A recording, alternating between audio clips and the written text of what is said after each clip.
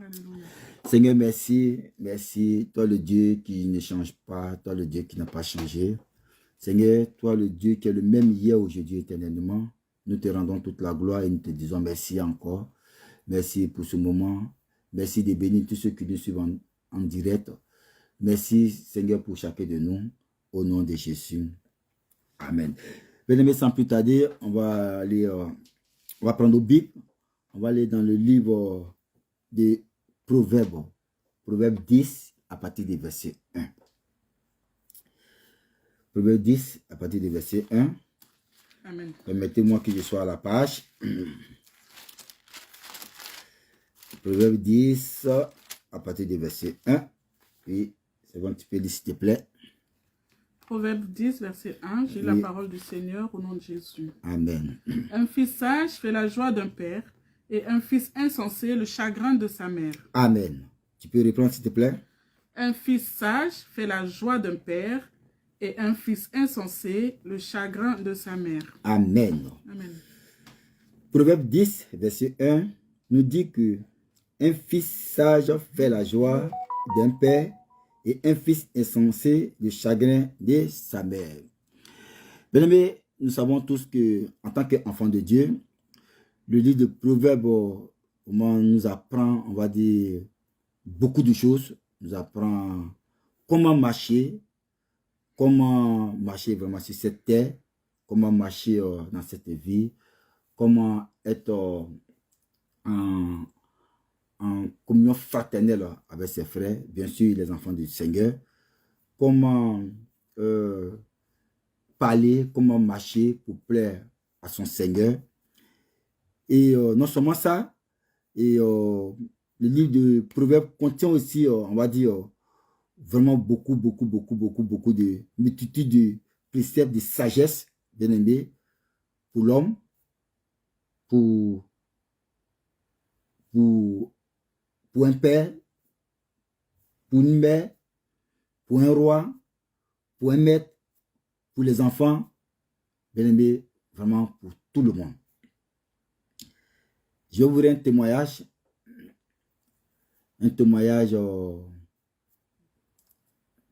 quand je ne connaissais pas encore le Seigneur. Et j'ai béni le Seigneur parce que quand tu découvres ces merveilles-là, la parole du Seigneur, bien aimé, ça apporte un changement, vraiment un changement dans ta vie. Et moi, je rends gloire à Dieu parce que ça a apporté un changement dans ma vie. En fonction de ce témoignage-là, on va lire un passage. Et puis après quoi, on va revenir dans notre passage de Proverbe 10 pour partager, bien aimé. On va aller, je vais demander à Simon de prendre Proverbe 28. Proverbe 28, on va lire Proverbe 28. Vous allez voir quelque chose, vraiment quelque chose d'intéressant. Proverbe 28, lis à partir du verset 24, s'il te plaît. Proverbe 28, verset 24. Oui. La parole du Seigneur. Amen. Jésus.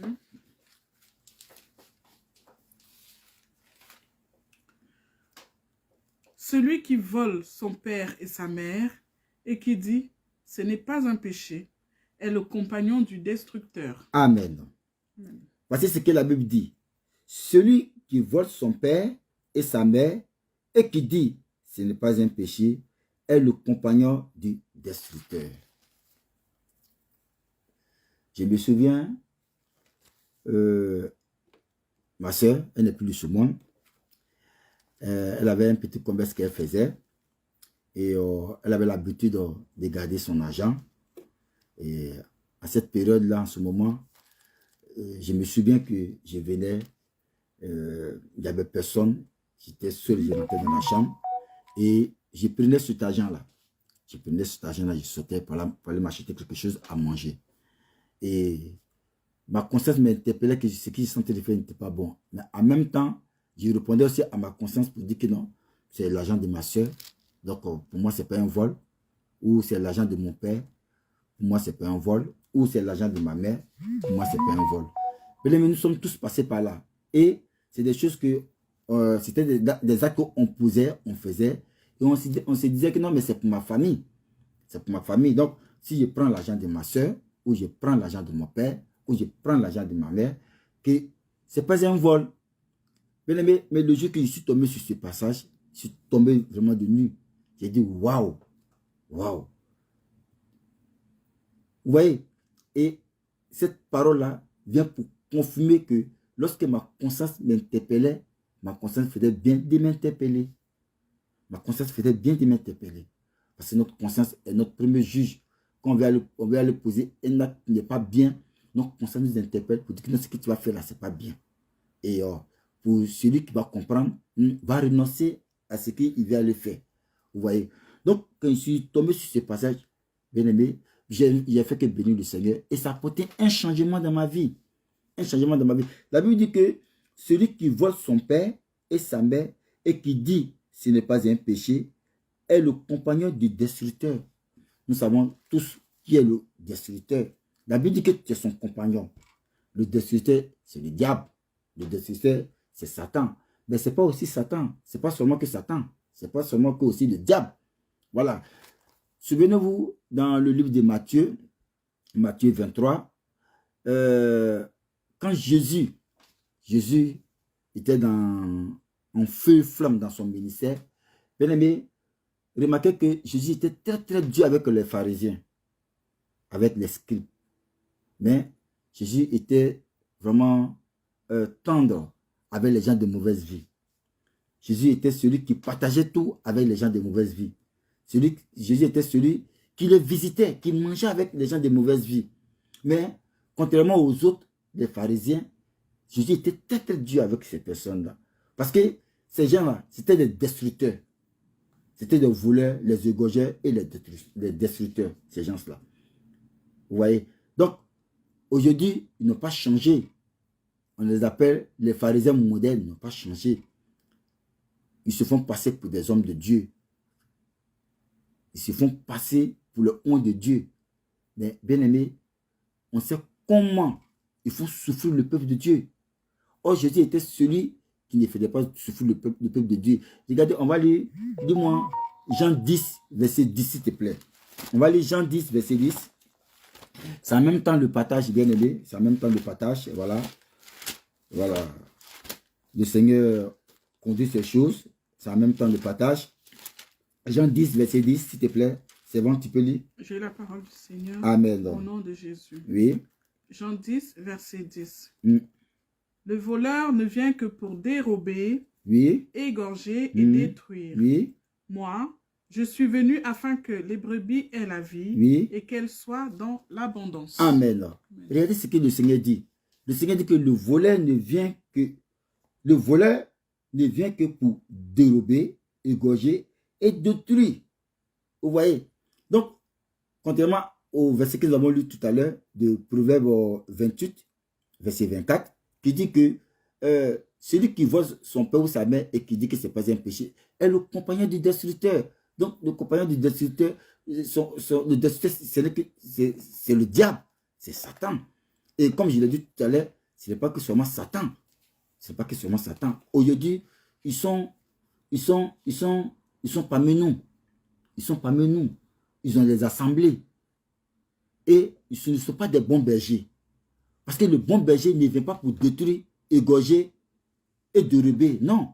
Le bon berger, comme le Seigneur l'a dit, il dit qu'il est le bon berger. Donc, tous ceux qui se prétendent être serviteurs de Dieu, ou être appelés de Dieu, ou être au service du Seigneur, je pense que doit ressembler à Christ, doit être le bon berger. Le bon berger qui comme le Seigneur, bien aimé, comme je l'ai dit, il était celui qui partageait tout avec les gens de mauvaise vie. Il était celui qui mangeait avec eux. Il était celui qui échangeait avec eux. Il était celui qui il partageait tout avec eux. Vous voyez, le bon berger. Aujourd'hui, où sont les bons bergers aujourd'hui? Ces bons bergers, où sont aujourd'hui? Mais il arrive parfois que, bien aimé, ce passage de Jean 10, 10, on l'attribue à Satan. Mais ce n'est pas que seulement que Satan. Il faut aussi l'attribuer aussi aux faux hommes de Dieu. À ceux-là qui se disent loin de Dieu. Qui viennent pour détruire le peuple, égorger le peuple. ce ne sont pas des bons bergers. Ceux-là aussi, ils sont compagnons des destructeurs. Comme autrefois, Jésus avec les pharisiens. Regardez ce que le Seigneur va dire dans le livre de Matthieu. On va aller dans Matthieu 23, s'il te plaît. Matthieu 23. Matthieu 23. Dis-moi le verset 1, s'il te plaît. Matthieu 23, verset 1. Oui. J'ai la parole du Seigneur au nom de Jésus. Alors Jésus, parlant à la foule et à ses disciples, dit: Oui, continue. Les scribes et les pharisiens sont assis dans la chaire de Moïse. Oui. Faites donc et observez tout ce qu'ils vous disent, Oui. mais n'agissez pas selon leurs œuvres. Vous avez vu? Il dit, les scribes et les pharisiens sont assis dans la chair de Moïse. Faites donc et observez tout ce qu'ils vous disent, mais n'agissez pas selon les œuvres, car ils disent et ne le font pas. Ceux-là, c'est leurs compagnons du destructeur. Verset 13. Verset 4. Verset 13. On saute. Oui, verset 13. Matthieu 23, verset 13. Oui. J'ai la parole du Seigneur. Malheur à vous, scribes et pharisiens hypocrites. Hypocrites. Malheur à vous, scribes et pharisiens hypocrites. Oui. Parce que vous fermez aux hommes le royaume des cieux. Oui. Vous n'y entrez pas vous-même. Et vous n'y laissez pas entrer ceux qui veulent entrer. Voilà. Il y a des gens qui cherchent le Seigneur de tout leur cœur. Mais par malheur, quand ils tombent sur ces personnes qui doivent les apporter consolation, ces personnes-là profitent de leur faiblesse et puis ils tuent ces brebis-là. Ces soi-disant hommes de Dieu profitent de cette faiblesse, de ces âmes-là, bien-aimés, et puis ils tuent les âmes. Vous voyez, sur les réseaux sociaux, la honte de ça, comment les hommes de Dieu, bien-aimés, à cause de le nom du Seigneur est blasphémé. Mais ce n'est pas étonnant pour les enfants de Dieu authentiques qui lisent la Bible. Ce n'est pas des choses qui vont surprendre les enfants de Dieu. Parce que ces choses, la Bible en a prédit. Plein. Ces choses scandaleuses comme ça, la Bible en a témoigné de cela. Et le Seigneur nous rassure que tu n'es pas s'inquiéter, que notre cœur ne se trouve point, mais de croire en lui, d'avoir foi en lui. Vous voyez? Donc, voici des gens, le Seigneur fait cette grâce-là pour avoir le ciel gratuitement. Eux, non seulement, ils ne vont pas aller, ils ne veulent pas aller, mais ils vont empêcher aux autres qui cherchent le Seigneur de tout leur cœur, qui sont fatigués, qui en ont marre de la vie, qui sont complètement qui sont désespérés et qui ne savent même pas où s'orienter. Crie à Dieu nuit et jour. Crie à Dieu, pleure. Et comme je l'ai dit par malheur, il tombe, si c'est lourd ravisseur, bien aimé, il détruit la vie de ces personnes. Continue. Verset 14. Verset 14. Oui. Malheur à vous, oui. Scribes et pharisiens hypocrites, oui. Parce que vous dévorez les maisons des veuves, oui. Et que vous faites pour l'apparence de longues prières. À cause de cela, vous serez jugés plus sévèrement. Le moment viendra où vous êtes jugés sévèrement. Le moment viendra où ils n'auront que des graissements dedans et ils vont pleurer d'avoir fait tort. C'est pour ça que notre Dieu, il est patient. Là, en colère, il est patient. Il est patient. Donc, bien aimé, vous voyez. Donc, Jean 10, le destructeur là, ce n'est pas que seulement Satan et les démons, mais nos bien-aimés, nos soi-disant bien-aimés en guillemets, nos soi-disant serviteurs bergers en guillemets, qui conduisent les brebis, qui conduisent les âmes. Mais en réalité, ils n'ont pas l'amour des âmes, comme le Seigneur. En réalité, ils n'ont pas l'amour des âmes. Ils sont plus pires que les pharisiens et les scribes. Et ceux-là, c'est les vrais destructeurs, ceux-là. C'est les vrais destructeurs. Les vrais destructeurs. Vous voyez? Donc, celui qui vole son père ou sa mère et qui dit que ce n'est pas un péché Bien aimé, on vient de le lire dans le livre de Proverbes. Je veux dire que le livre de Proverbes contient beaucoup de préceptes, bien aimés, pour nous orienter, tu vois, à bien vivre, à avoir la crainte de Dieu, à s'entendre avec nos frères autour de nous, bien aimés, pour la gloire du Seigneur. Pour la gloire du Seigneur. Le Seigneur nous exhorte ces choses-là, à manifester l'amour autour de nous, à manifester l'amour même pour ceux qui nous font souffrir, à manifester de l'amour pour ces personnes-là, rien que pour sa gloire. Rien que pour sa gloire. Vous voyez? Donc, comme je le disais, c'était des choses que je faisais. Et je me disais que non, mais c'est pour ma soeur, ou c'est pour mon père, ou c'est pour ma mère. Mais en réalité, ce n'est pas pour toi. Ce qui est à ta soeur et à ta soeur. Ce qui est à ton père et à ton père. Ce qui est à ton frère et à ton frère. Va, tu cherches pour toi, travaille. Un enfant de Dieu travaille. Un enfant de Dieu n'est pas paresseux. Un enfant de Dieu travaille. La Bible dit que celui qui ne travaille pas, qui ne mange pas. La Bible dit des autres à travailler. D'ailleurs, on est pour souffrir. Job en est témoigné. On est pour souffrir. Vous travaillez. Vous voyez, vous travaillez. Que Dieu nous bénisse. Amen. On va lire notre passage du jour. C'était une petite parenthèse. Dans le livre de Proverbes, Proverbe 10, à partir du verset 1, quand le Seigneur parle d'un enfant sage, bien aimé, quand le Seigneur nous parle d'un enfant sage, c'est que, bien entendu, il y a des enfants qui ne sont pas sages. Il y a des enfants qui ne craignent pas Dieu. Il y a des enfants qui n'ont pas la crainte de Dieu. Ce n'est pas seulement que les enfants, même les adultes. Il y a des gens qui n'ont pas la crainte de Dieu. Ils s'en foutent de Dieu. Ils s'en foutent de Jésus. Ils n'ont pas la crainte du Seigneur. Ils n'ont pas la crainte du Seigneur. Mais ceux-là, de toute façon, le Seigneur a tout disposé pour chacun de nous. Il a dit que je mets le bien et je mets le mal, mais il nous des autres à toujours prendre le bien en tant qu'enfant de Dieu. Pour celui, bien sûr, qui aime son père, va écouter et va suivre les instructions de son père, va opter pour le bien, va opter pour l'amour, va opter pour la justice de Dieu, va opter pour les choses pour le Seigneur. Voilà. Donc, bien aimé, comme je l'ai dit tout à l'heure, nous avons parlé d'un fils sage. Un fils sage. Un fils sage, bien aimé, c'est celui vraiment qui craint Dieu. Voilà. Et c'est pas n'importe quel fils, mais la Bible nous parle d'un fils sage. Et un fils sage, c'est celui qui craint Dieu. C'est celui qui craint Dieu. Celui qui craint Dieu c'est quoi, bien aimé? Craint Dieu c'est quoi? C'est pas que tu es là puis tu trembles. Non, c'est pas ça. Mais avoir du respect pour son prochain, avoir du respect pour sa mère, pour son père, comment on appelle, à poser des actes de justice selon le Seigneur. C'est tout ça, craindre Dieu. On va lire un passage. Allons, s'il te plaît, dans le livre de Proverbes, Proverbe 28.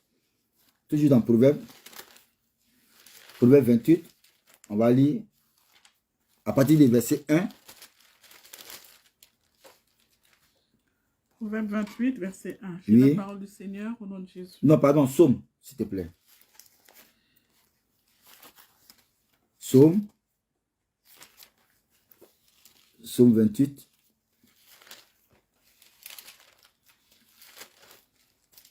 Merci Seigneur.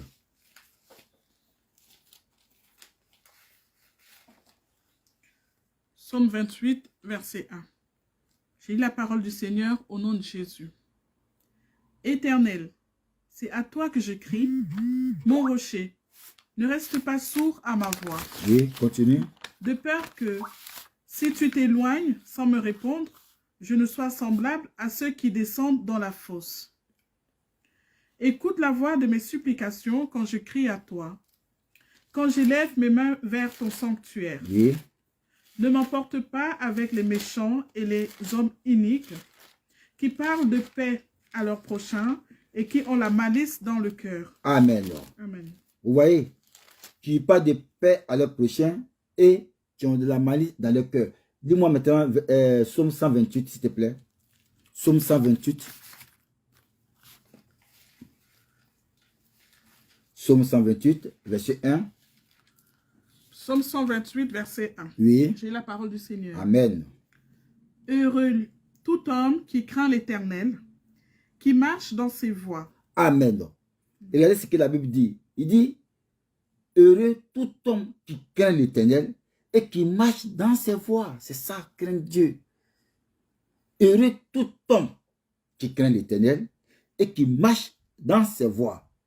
Donc, bien aimé, un fils sage, bien aimé, voici les attitudes, le comportement qu'il adapte. Voici comment, bien aimé, il marche. La Bible dit que heureux tout homme qui craint l'Éternel et qui marche dans ses voies. Donc, bien aimé, un fils sage, c'est celui aussi qui honore ses parents. C'est celui aussi qui honore ses parents. Et nous savons combien de fois le Seigneur nous exhorte sur ce sujet-là, de honorer nos parents. On va aller dans le livre d'Exode. Exode 20. Exode 20. Exode 20, à partir du verset 12, s'il te plaît.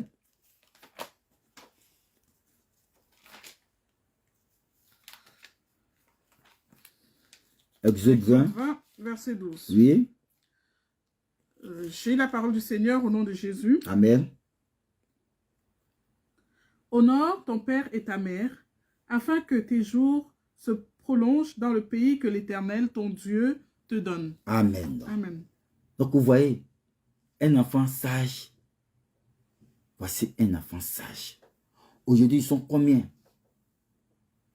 Aujourd'hui, ils sont combien? Tu apportes du respect aux parents. Ils sont combien? Ils sont combien? Béni soit, on rend gloire à Dieu pour tous ces enfants, ou les frères, ou toute personne qui apporte de l'amour, de l'affection, on va dire, du temps pour sa famille, du temps pour ses parents, temps pour les autres. Que Dieu vous bénisse. Sans cela, le Seigneur nous exhorte. C'est ça, bien-aimé, craindre Dieu. C'est ça, craindre Dieu. Et c'est ce chose-là que le Seigneur ne cesse de nous interpeller là-dessus. L'amour pour son prochain. L'amour pour son voisin. L'amour autour de lui. On continue. Donc, comme je l'ai dit, un enfant sage, c'est celui qui travaille, qui n'est pas paresseux, qui n'est pas ami de la paresse et qui sait choisir ses amis. Alléluia. Amen. Il traite les gens avec respect, comme je l'ai dit. Avec respect. Il traite les gens avec respect. Et il s'est fait de bons amis. On va aller dans le livre de Proverbes toujours. Proverbes 22. Proverbes 22. À partir du verset 24 à 25, s'il te plaît.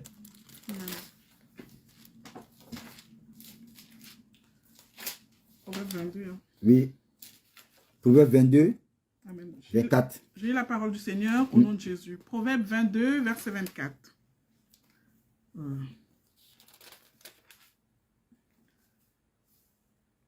Ne fréquente pas l'homme colère.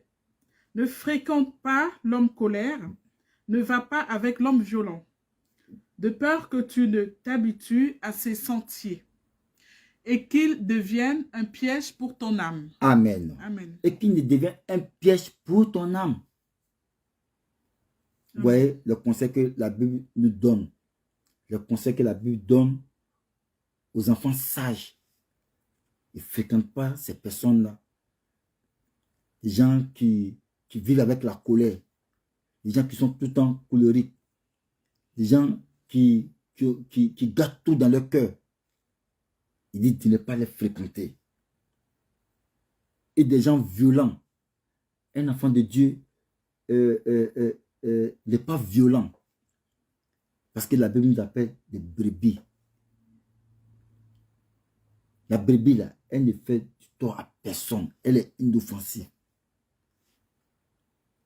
Et la Bible dit encore que il dit, ne va pas avec l'homme violent, de peur que tu ne t'habitues à ses sentiers et qu'il ne devienne un piège à ton âme.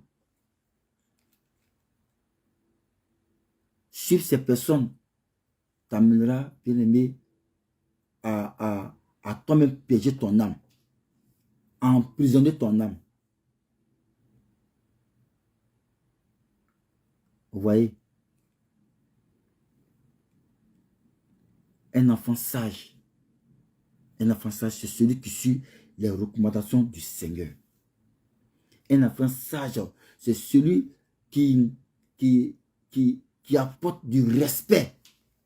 Du respect. Vraiment autour de lui, dans sa famille, dans sa communauté. Peu importe.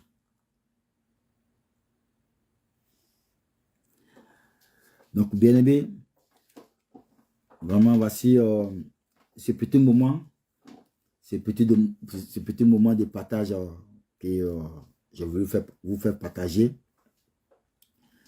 pour vous dire que vous dire les bontés du Seigneur, vous dire vraiment l'amour du Seigneur à ses enfants, que Dieu nous aide vraiment à encore nous accrocher vraiment à sa parole et à être des enfants sages. Vraiment, restez bénis. Merci pour ce petit moment, vous qui nous avez suivis, vous qui nous suivez partout. Restez bénis depuis chez vous, que Dieu vous garde. Et merci, à bientôt.